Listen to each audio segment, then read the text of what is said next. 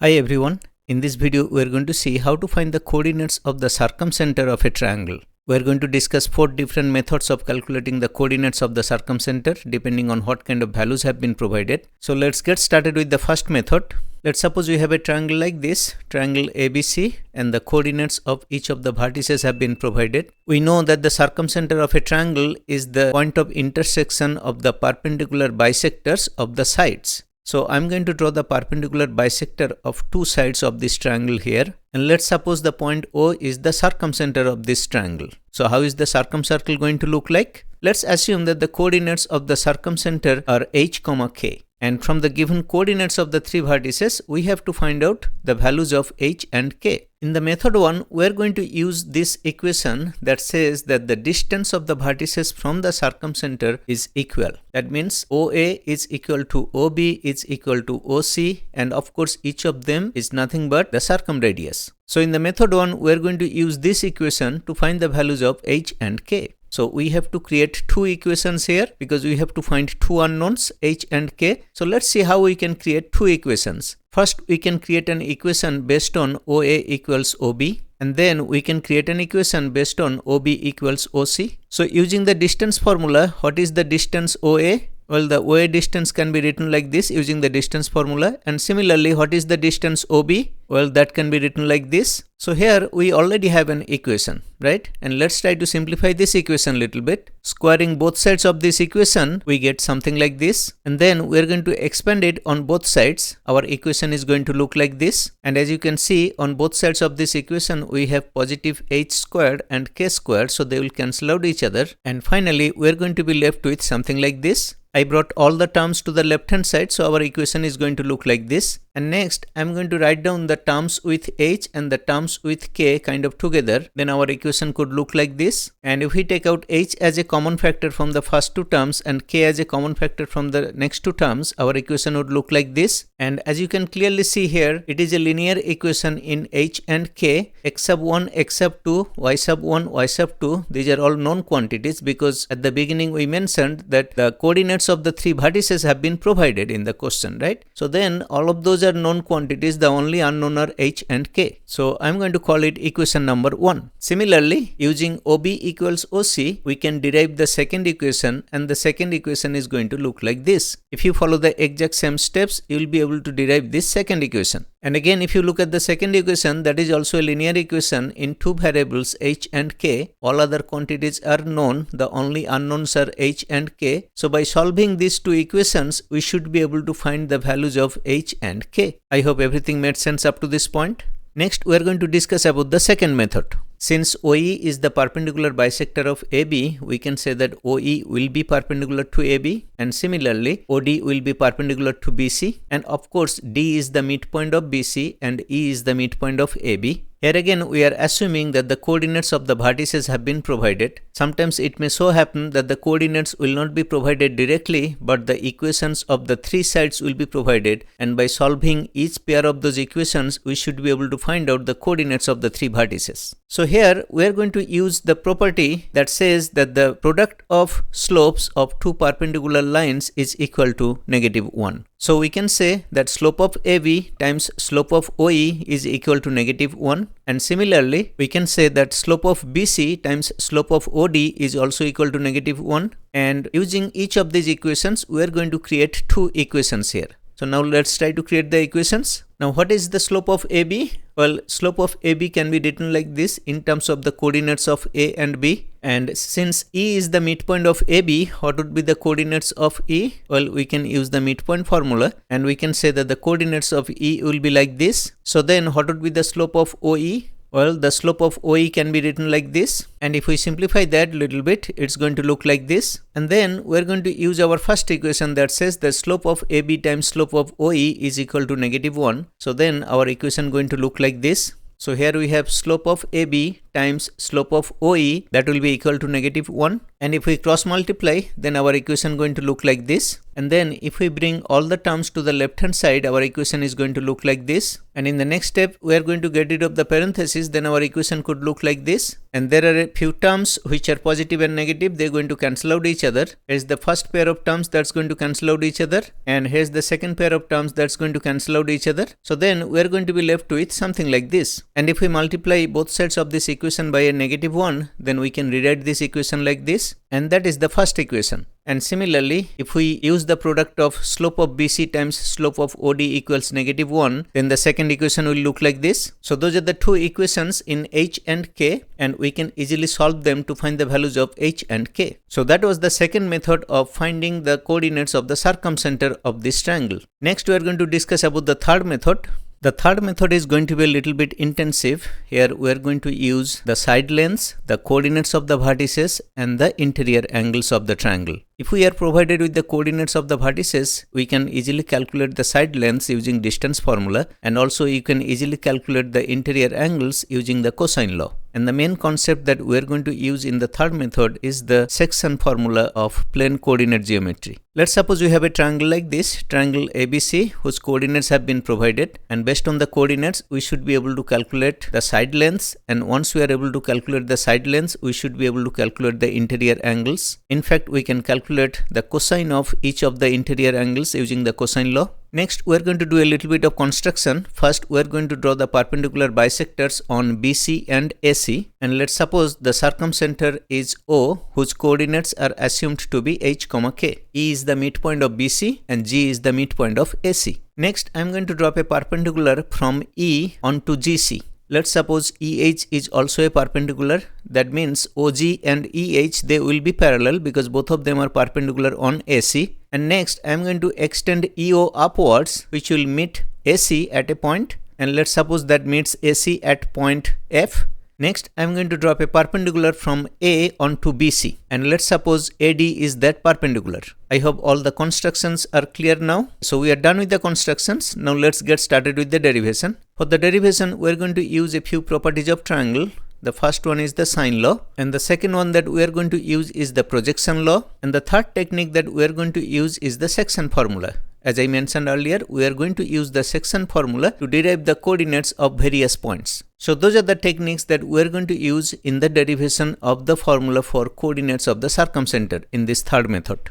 First, we are going to find the length of DC. Can we say that DC is equal to B times cosine of C? And then let's try to find the length of EC. Well, E is the midpoint of BC, so EC will be half of BC, which is half of A. Next, if we look at the two triangles, triangle ADC and triangle FEC, you will realize that they are actually similar triangles. Because angle ADC is equal to angle FEC, each of them is a right angle. And also, since AD and EF both are perpendicular on BC, they will be parallel. That means angle DAC will be equal to angle EFC. And of course, angle C is a common angle between the two triangles. So we see that the corresponding angles are equal. That means those two triangles are similar triangles. And because they are similar triangles, then the ratio of the corresponding sides will be equal. And from here, I am going to take the first part of the proportion. So DC over EC can be written like this. And AC over FC can be written like this. Because AC is nothing but the side length B. So it can be written as B over FC. And if we simplify this a little bit, it can be written like this. And B is a common factor in the numerator and the denominator.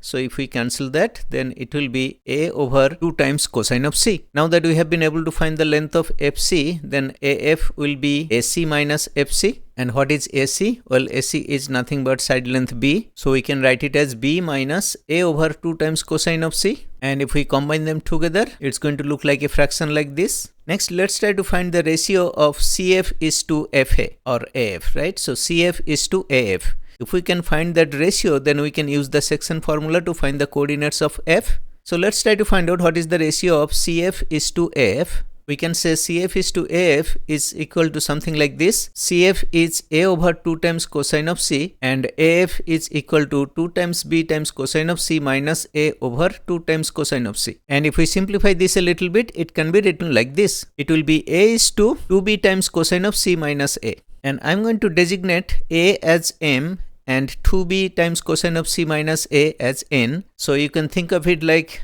CF is to AF is equal to m is to n, and then we are going to use the section formula to find the coordinates of f. So what will be the x coordinate of f? Well, it can be written as m times the x coordinate of vertex A plus n times the x coordinate of vertex C over m plus n. Next, we are going to plug in the values of m and n. So the x coordinate of f will look something like this. And if we remove the parenthesis and simplify a little bit, it's going to look like this. And similarly, we can find the y coordinate of f, and that will look exactly identical. Wherever we have x, we are going to write y. Otherwise, it will be exactly same as the x coordinate of f. So it will be a times y sub 1 plus 2b times y sub 3 times cosine of c minus a times y sub 3 over 2b times cosine of c. So we have been able to find the coordinates of f.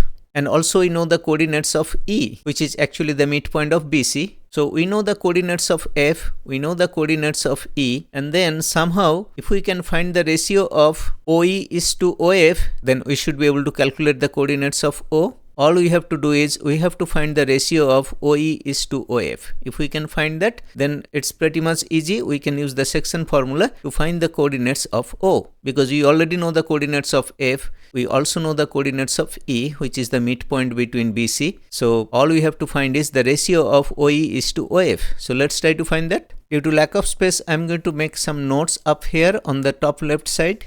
If we join the vertices from the circumcenter, then can we say that angle BOC is equal to 2 times angle BAC, because angle ABC, they lie on the circumcircle. So the angle subtended by a chord at the center is 2 times the angle subtended by the same chord on the circumference. So we can say that angle BOC is equal to 2 times A. And also if you look at the two triangles, triangle BOE and triangle COE, they will be congruent triangles. Why? Because OB equals OC and OE is a common side, and also angle OEB and angle OEC, they are right angles. So these two triangles will be congruent triangles, and from there we can say that angle BOE will be equal to angle COE. That means each of them will be equal to A. So here I have noted that angle COE is equal to half times 2A, that is equal to A. That means angle COE is equal to the angle A. And of course OC is equal to R, the circumradius. So from triangle COE, can we say like this? Cosine of A is equal to OE over OC. And from there we can say that OE is equal to OC times cosine of A, which means R times cosine of A. So OE is equal to R times cosine of A. And similarly we can say that OG will be equal to R times cosine of B, because angle COG can be proved to be equal to the angle B. So OG can be written as R times cosine of B. And we are going to use these two pieces of information, the length of OE and length of OG. Also from the construction, since EH is perpendicular to AC and also OG is perpendicular to AC, they both are parallel. So we can say EH over EC is equal to sine of C. I have that noted right below the triangle diagram there. EH over EC is equal to sine of C. And from there we can say that EH is equal to EC times sine of C. And what is EC? Well, EC is nothing but half of BC, which is the side length A. So it can be written as A over 2 times sine of C. And then here on the right hand side, next to the method number 3, I am making some notes. We have already found that OE is equal to R times cosine of A. Also we have found that OG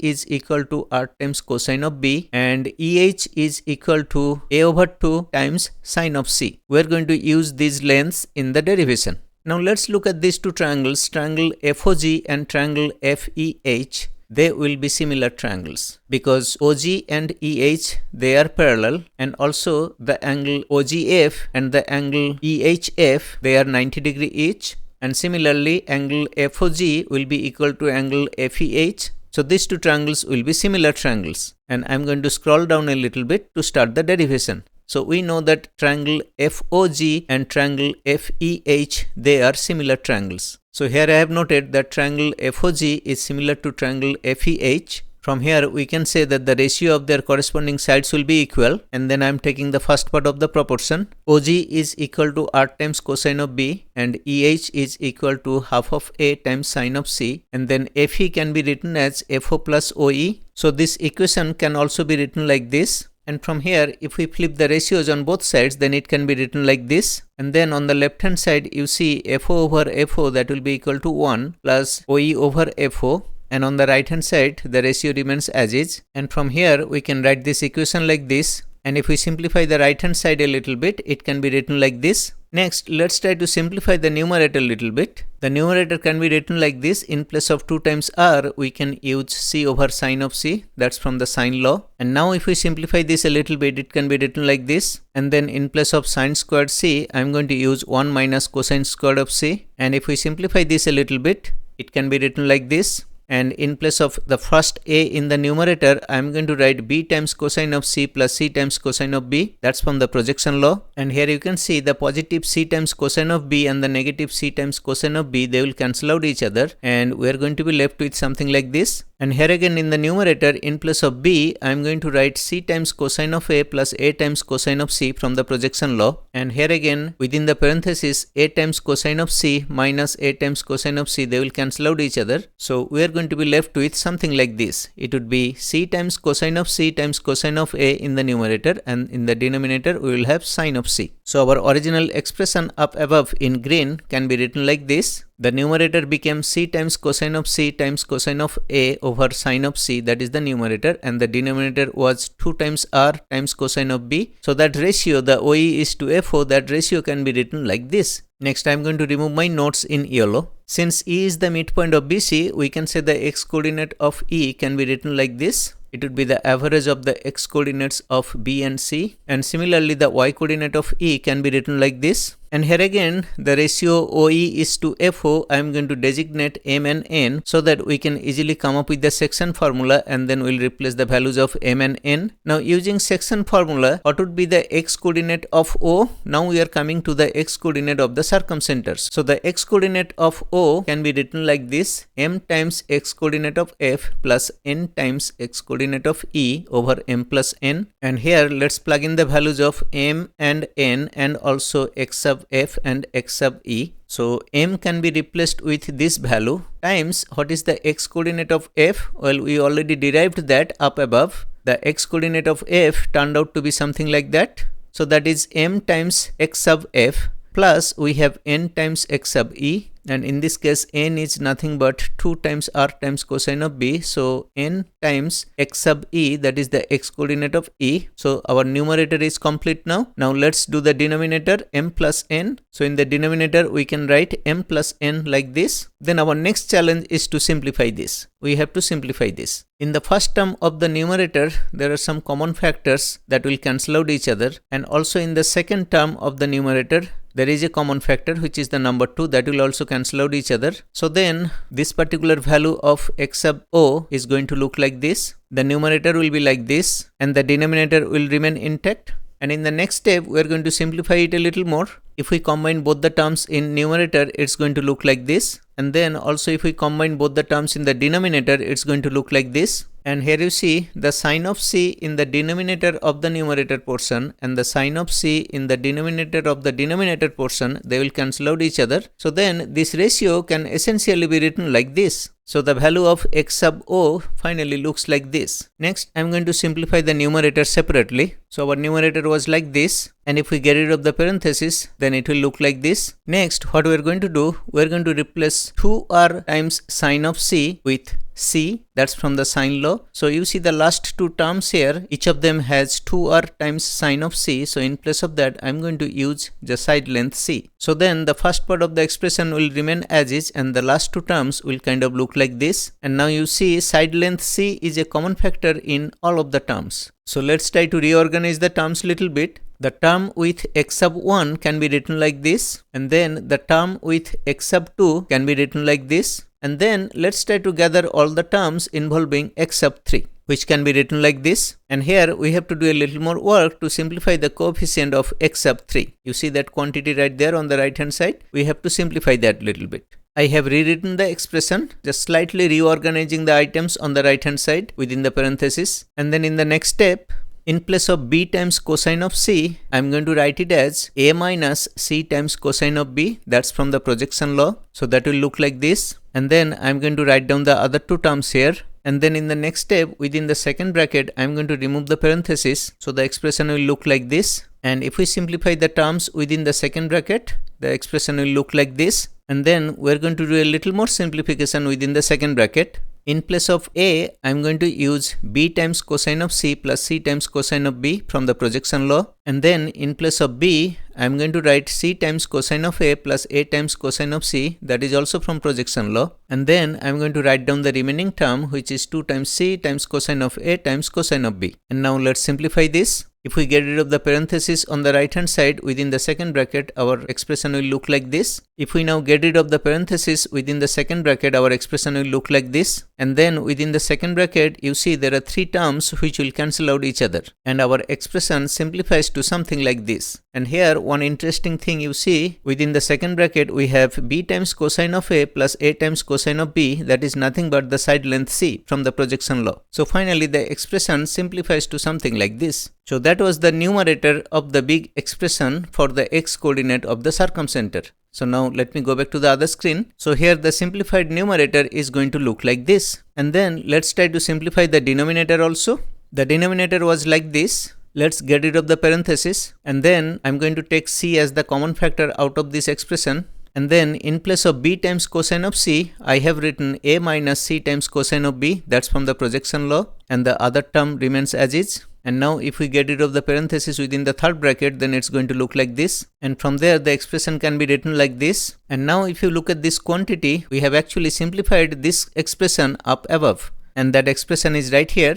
And in fact this expression simplified to cosine of c times b times cosine of a plus a times cosine of b, which is nothing but c times cosine of c. So in place of that quantity, I'm going to simply write c times cosine of c. And then our denominator actually reduces to something like this. So let me go back to the other screen. Here I need to scroll down a little bit, and the denominator can be written like this. We have already simplified this value. And then if you carefully look at it, c is a common factor between the numerator and the denominator, so that will cancel out each other. And finally the x coordinate of the circumcenter looks like this. So we have been able to find the x coordinate of the circumcenter. Now following the exact same method, we can also derive the y coordinate of the circumcenter. The only difference will be in place of x, it will have y. Otherwise everything else will be identical. So I'm not going to do the same derivation again. I'm just simply going to note it down that the y coordinate of the circumcenter will be something like this. So if we are given with the coordinates of the 3 vertices of a triangle, we can easily calculate the side lengths, and also we can easily calculate the interior angles using the cosine law. In fact, we can calculate the cosine ratios of each of the interior angles, and then using those values we can quickly calculate the coordinates of the circumcenter using this formula. I hope everything made sense so far. Next, we are going to take a special case of the triangle, and we are going to see how the x coordinate and the y coordinate look like for the special triangle. If the triangle happens to be an equilateral triangle, then all 3 sides will be of equal length, and the 3 interior angles will be 60 degrees each. So we are going to see how the coordinates of the circumcenter look like for this special triangle. We just derived the formula for the x coordinate of the circumcenter, which looks like this. And here I am going to use a in place of b and c because all side lengths are equal, and also I am going to use 60 degree for the interior angles. So the expression will look like this. And then as you clearly see in the numerator, from each of the terms we have a times cosine of 60 degree as a common factor, and similarly down below also we have a times cosine of 60 degree is a common factor for each of the terms. So we can write it like this. And from here the a in the numerator and the denominator, they will cancel out each other. Also the 60 degree will cancel out each other. And finally we are going to be left with something like this. And similarly the y coordinate of the circumcenter can be written like this. And if you carefully look at it, this looks like the coordinates of the centroid. And in the previous 3 videos, we have seen that for an equilateral triangle, the coordinates of the centroid, the coordinates of the incenter, the coordinates of the orthocenter, they all looked identical. And here in this video, we are discussing about the coordinates of the circumcenter that is also looking like the coordinates of the centroid. So if the triangle happens to be an equilateral triangle, then we can say that the coordinates of the centroid, the coordinates of the incenter, the coordinates of the orthocenter, and the coordinates of the circumcenter, they are exactly identical. That means those 4 points are actually coincident. They are the exact same point. So this is a very interesting property of equilateral triangle. Please make a note of it. So we are pretty much done with the method 3 of calculating the coordinates of the circumcenter of a triangle. And next we are going to discuss about the fourth method. In the fourth method, we will be given with the coordinates of two of the vertices of a triangle and the third interior angle. So suppose we have been provided with the coordinates of the two vertices A and B, and also we have been provided with the size of the third interior angle, which is the angle C, and with that information we have to find out the coordinates of the circumcenter of this triangle. Now in this case I am going to show you that there will be two possibilities, because we don't know where the third vertex is located. The third vertex can be on the right hand side, it can be on the left hand side also, right? So let's look at the diagram here. Let's assume that the third vertex is right here. So if we join the three vertices, the triangle will look like this, and this is the given angle theta, which is the angle C, and the circumcircle could look like this, and the circumcenter can be somewhere like this. So this is one possibility where the circumcenter can be located, and also there is another possibility. We can have C on the other side of AB. Let's suppose the third vertex is located at C prime, then the triangle could look like this, and the angle C could still be equal to theta, and the circumcircle will look like this, and the circumcenter could be located at O prime. So in this type of a problem, you see there are actually two possibilities. If you are given with the coordinates of two vertices and the third angle, then actually we have two sets of solution. Now let's see how to derive the two sets of the coordinates of circumcenter. I have already created a separate video where I discuss about the equation of family of circles through two given points. I have shared the link in the description. You have to watch that video, and within the first 5 minutes and 10 seconds, exactly at 5 minutes and 10 seconds, you will see an equation like this. Please watch that video to see how I derived this equation. If you watch the first 5 minutes and 10 seconds of that video, you will see this equation. And then in this video, I am going to start from here. So in the next step, I am going to remove the parenthesis and I am just going to expand everything. Our equation would look like this. On the right hand side, a couple of terms will cancel out each other. And then let's try to rearrange the terms on the left hand side. The left hand side can be written like this, and the right hand side expression can be written like this. And finally, I am going to bring everything to the left hand side to make it look like the general equation of a circle. And then on the right hand side, I am going to get rid of the bracket, so it will look like this. Finally, I am going to bring everything to the left hand side to make it look like the general equation of a circle. If we bring all the terms to the left hand side and rearrange them little bit, the equation is going to look like this. And next, let's compare this equation with the general equation of a circle. We know the general equation of a circle looks like this, where the coordinates of the center of that circle are -g, -f. Now in the previous equation, you see the x quantity, and in the general form, you see the x quantity. So those two quantities will be equal. And similarly, if you see the y quantity in both the equations, they will also be equal. I have highlighted them in the white box. For the derivation purpose, I am going to derive the value of -g, and similarly, you should be able to derive the value of -f. So let's try to find out the value of -g. I am simply going to compare the two quantities here. So positive 2gx is equal to the x quantity on the original equation here. And if we take x as a common factor, then it can be written like this. And now, assuming x is not equal to 0, let's divide both sides of this equation by x. So 2 times g will look like this, and from there g will look like this, and from there -g will look like this. And this is nothing but the x coordinate of the circumcenter. And in this formula, you can see that x sub 1, x sub 2, y sub 1, y sub 2, they are given quantities, and also theta, the third angle, that is also given. So everything is pretty much known. So using this formula, we should be able to quickly calculate the x coordinate of the circumcenter. And following the exact same method, you can compare the y quantities between the two equations, and from there you should be able to find out the value of -f, which will represent the y coordinate of the circumcenter. And that will look something like this. You have to be careful about the plus minus and minus plus. Every time we multiply by a -1, the minus plus will become plus minus, or plus minus will become minus plus. So be a bit careful, and the y coordinate of the circumcenter is going to look like this. And if you look at these two formulae, you will see that when you are going to take a plus sign for the x coordinate, you have to take a minus sign for the y coordinate. Meaning, where we have the plus minus or minus plus, there you have to be careful. For the x coordinate, if you are using a plus sign, then for the y coordinate, you have to use a minus sign right there. And similarly, when you are using a minus sign for the x coordinate, you will have to use the plus sign in the y coordinate formula. and that way you will be able to find two values of x sub o and two values of y sub o, and the corresponding pairs will give you the coordinates of each of the two possible circumcenters of this triangle. I hope the entire derivation made sense. This brings us to the end of this video. Thank you for watching. See you in the next video.